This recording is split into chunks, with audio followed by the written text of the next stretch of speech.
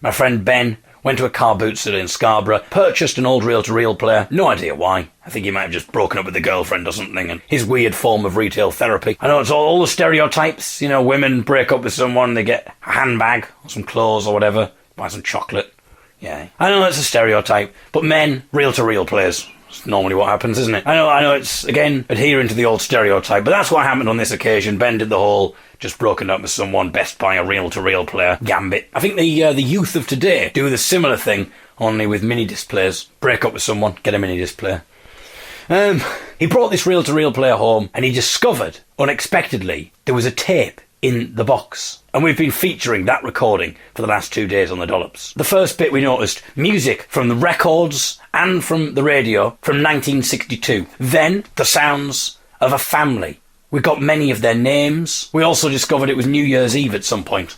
There were a few references that dated it after 1962. For instance, Dad's Army. So we knew that this recording was after 1968. But then later on in the recording, there was music from 1970.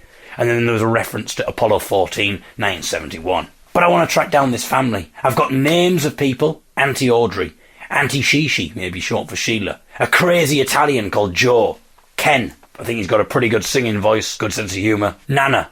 Not sure on the name, unless it is a name. Named after the dog from Peter Pan, maybe. And there was a baby in there as well, which we think might be called David. So we were brought into this party, and we were listening to their jokes and their songs, and I found it, I hope you did as well, moving and uplifting, but also, hopefully like me, you've got the bit in between your teeth, and you want to find out who this family are. Can we track them down? Well, there's been developments, maybe, in that regard. But first, just in case you're interested, there was a bit of music that we couldn't identify. Shazam would not identify it when I Shazammed it. Google wouldn't get the lyrics. Gotta see baby tonight.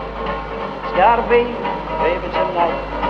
You gotta see your baby or else, baby, you don't see your baby at all. Then I got a message from David. Not Baby David.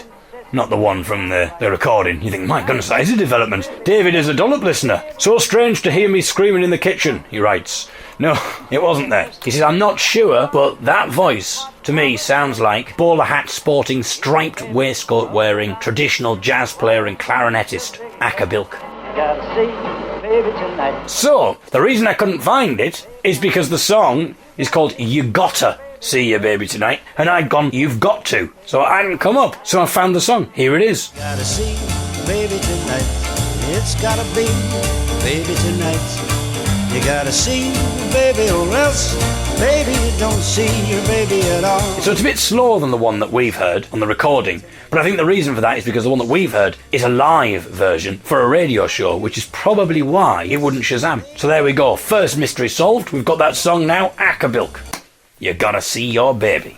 So, throughout the entire recording for the last 2 days, I've been listening intently and stopping the recording every single time I heard a name. Every single time I heard a name, stop the recording, put that on the list of people. That might help us track them down. Names, vitally important. There was a point in the recording, nobody else has pointed this out. We've had quite a few people listening to this. No one has pointed this out to me. I missed maybe the best clue that we had. I completely missed it. I didn't even give mention to it. And what I'm referring to is this bit of the recording here. And now, ladies and gentlemen, I would like to present a day at the rail race. Taking part in this play will be Stephen Mainprize, David Cooper, Janet Ness, Dawn Roper and Lindsay Watson. How could I have possibly missed that? Names. Not only first names, but second names. We've got the first and the surname of people. There's 2 boys there. So we know that it's likely that their names haven't changed. More difficult to track down girls. But presumably he's practising. He's recording himself, maybe practising his introduction for this class play. And he's introducing the other people that he's in the play with. Chances are he puts his own name at the top. Stephen Mainprize. This is such a good opportunity. I thought, what I can do is I can now go on Facebook. I can find people called Stephen Mainprize and David Cooper living in the Scarborough area or who come from the Scarborough area, get in touch with them and say, I know this is a little bit odd, and try and explain the situation about the reel-to-reel play and the recording. And I googled Stephen Mainprize. The first result that comes up in Google is Mainprize upholstery. And in the little brief bit of description that you get on that Google search, it comes up with Steve Mainprize Upholstery. The company has been established for over 35 years. We provide a professional service for our customers throughout the ... That ... is pretty important. I need to know where. Bearing in mind, all I've done is just type Stephen Mainprize into Google. So it could be anywhere in the UK, anywhere in the world. So I click on the result. We provide a professional service for our customers throughout the Scarborough and surrounding areas. And that is as far as I've got, because at that point I thought I've got to start recording this. My heartbeat quickened. Are we onto something here? I mean, it's a coincidence, isn't it?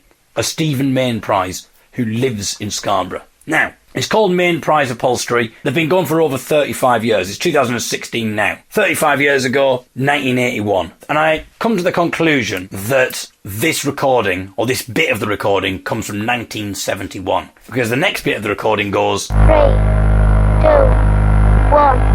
We have liftoff. All stations go. We have liftoff.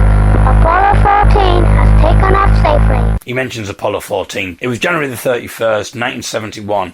When Apollo 14 launched. So chances are this is 1971 where this recording is made. So it's not unreasonable to imagine that he is the Stephen Mainprize. I mean, his dad might have had it beforehand. If his dad is Ken, which it may be, I don't know, Ken is one of the characters, who I think is the owner of the reel-to-reel player. These are just hunches, just from what I'm gleaning. But let's say that Stephen Mainprize is the son of Ken. Maybe Ken set the business up first, then Stephen took over? Or maybe Stephen set up the business when he was 20. Or maybe he was a bit older when he made this recording. He might have been 12 or 13. I'm going to have to get in contact with this person. I'm just reading the testimonials that they've got on their page. There's one which says, fantastic. That's it. And there's another one which says, it's great. And that's it. That's over 35 years there. Maybe I shouldn't get in contact with them. Maybe I should just go to Scarborough. Would that be more exciting? Wouldn't it be more exciting to go tomorrow to Scarborough, find this place, walk in and say, I've got a tape here, walk in with the reel-to-reel player and the tape and just say, right, listen to this. Is this your dad? And you might go, yeah, oh my God, yeah, it is. Or it might be, what the bloody hell are you doing? Get out of my shop, you weirdo. Walking into a shop with a reel-to-reel player. Is this your dad? No.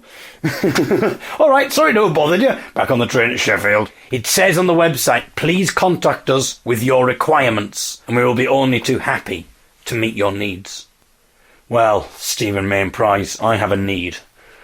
My need is to find out whether you are the Stephen Mainprize who is the voice on this recording, to find out who your family are and whether I've found who I'm looking for.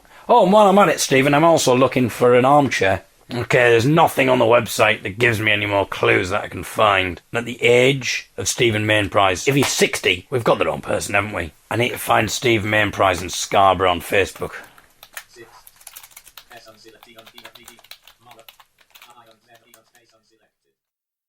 I don't know if he's on Facebook. Okay, I found on Facebook a Steve Mainprize in Cottingham, but that's 40 miles away from Scarborough, so I don't think I can see his age. It won't tell me that. His privacy settings won't allow me to see his age.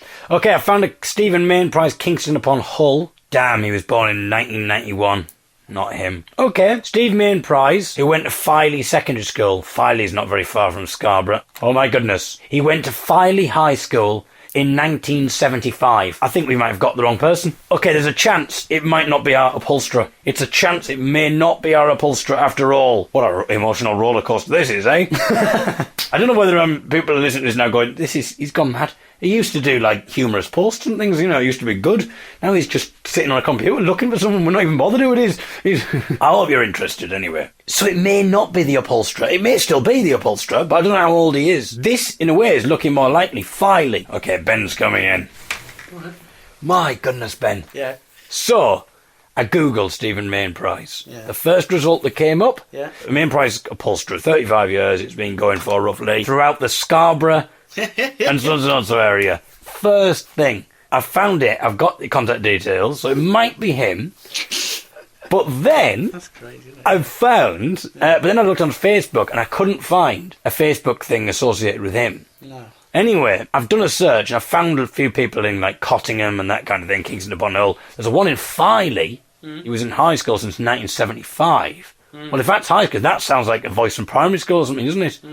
So that suggests it could be in Filey. He's not very far away from Scarborough. But I actually went to a car boot which was probably in Filey or near Filey, actually. I seem to remember. On the recording, you say Scarborough. I say you went to a car boots in Scarborough. I think. Actually, I'm not sure. Well, to be fair, I mean, it's Filey and Scarborough are so close. It's 10-minute drive, so I mean, it's... Yeah, exactly. So chances are, this could be the person. Unfortunately, his privacy settings, because the one in Cottingham, his privacy settings were really locked down. Yeah. This one, he's telling us quite a bit. So the reel-to-reel player. Yeah. Do you actually know where that is? It's either up in that cupboard there, or it's somewhere in the loft. All right. Oh. No, well, we just have a quick look and see if I can just see it. Yeah, here it is. Oh, you found it. Yeah, it says on the top, Fidelity. I have had a name written on it. England, British made by Fidelity Radio Limited. Owned by Mainprize. That'd be good, wouldn't it? We could take a DNA sample. Yes, that's Stephen Mainprize. Just have a look, see if there's anything to tell. So tape 1, 8, actually it says. Tape 1, 8 in brackets. Is that not the 8 inches? Yeah, probably. No, it's got 8 and inverted. Mm-hmm. And sort of single inverted. Tape 1 of 8. I'm going to find the others. This is... Yeah. Braemar, it says, yeah. Braemar. It's obviously the model. It said on the bottom it's made... Fidelity Radio. Fidelity Radio in England. And it's... Wow. If you search for that, you can probably find out what year it was made. Oh, interesting. He's friends with Charlie Mainprize. Charlie wasn't one of the people on the thing. If we saw David Mainprize, then we might have thought, well, David was his brother who featured on the recording. Ken Mainprize, that's what we're looking for. We're looking for a Ken, maybe. Les Robson? I mean, I doubt that's Leslie. Is it? He's friends with someone called Les Robson. Leslie was one of the characters. Uncle Leslie. Could it be? Oh my goodness. Okay. It doesn't mean anything necessarily, but I've just found he's friends with someone called David Mainprize.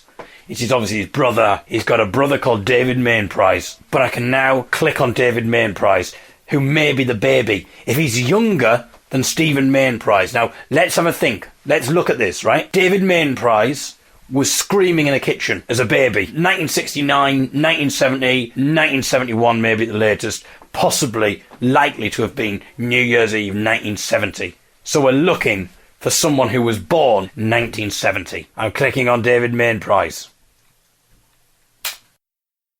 Damn! It doesn't tell me his age! Ah! It doesn't tell me his age! He hasn't shared those privacy settings. Damn him! Cody Mainprize, I found. Could she have been the one who was singing My Sweet Lord?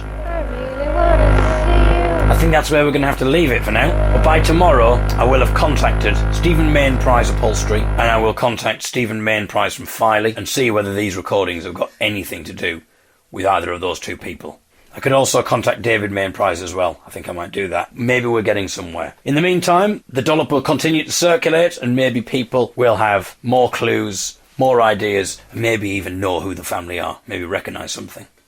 So thank you very much for listening, and I'll be back tomorrow. Taking part in this play will be Stephen Mainprize, Stephen Mainprize, Stephen Mainprize, Stephen Mainprize, Stephen Mainprize, Stephen Mainprize.